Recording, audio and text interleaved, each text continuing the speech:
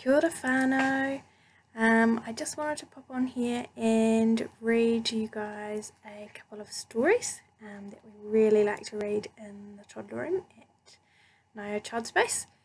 I thought it would be a good idea for us to stay connected as much as we can during this time. So the first story I'm going to read is called Giraffes Can't Dance, and this is a request for Edward. So Edward, bud, this is for you.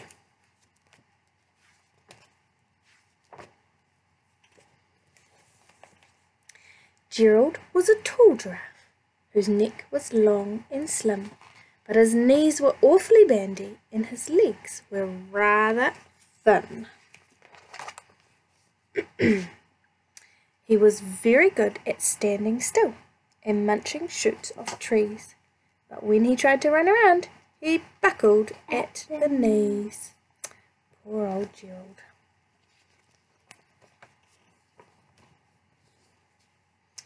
Now every year in Africa they hold the jungle dance, where every single animal turns up to skip and prance.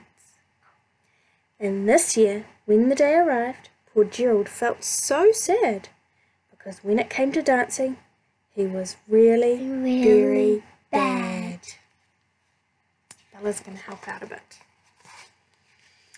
The warthogs started waltzing, and the rhinos rock and rolled. The lions danced a tango, which was elegant and bold.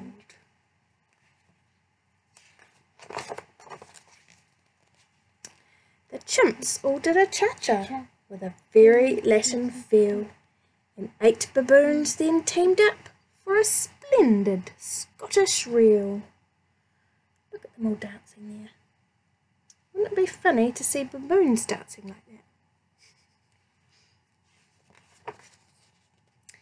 Gerald swallowed bravely as he walked towards the floor, but the lions saw him coming and they soon began to roar. "Hey, look at clumsy Gerald," the animals all laughed. "Giraffes can't dance, you silly fool. Oh, Gerald, don't be daft." Wasn't very kind to Gerald, was it? No. Poor old Gerald. Gerald simply froze up. He was rooted to the spot. "They're right," he thought. "I'm useless. Oh, I feel like such a clot." So he crept off from the dance floor and he started walking home. He'd never felt so sad before, so sad and so alone.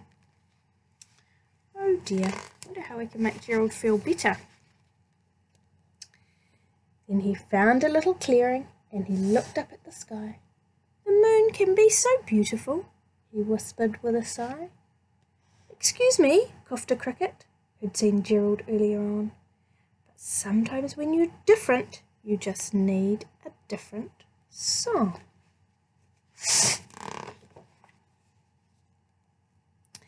Listen to the swaying grass and listen to the trees.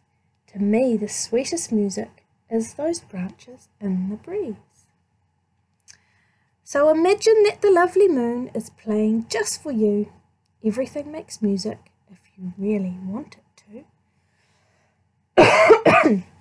Excuse me. With that, the cricket smiled and picked up his violin. Then Gerald felt his body do the most amazing thing. His hooves had started shuffling, making circles on the ground. His neck was gently swaying, and his tail was swishing round. Swishy, swishy, swishy. Look at it go. He then threw his arms out sideways, and he swung them everywhere, and he did a backward somersault and leaped up in the air.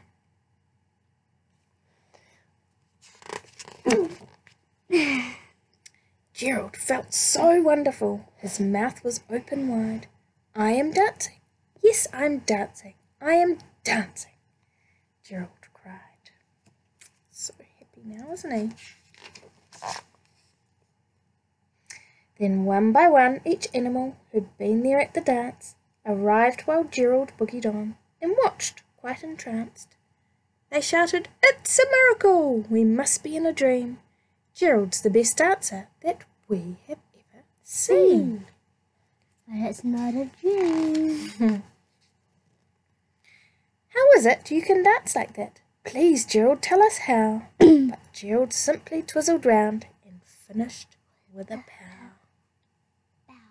They're all sewing flowers for him. Then he raised his head and looked up at the moon and stars above. We all can dance, he said, when we find music that we love. Now, I know that lots of you in the toddler room like to dance too, because we do lots of dancing to the can-can.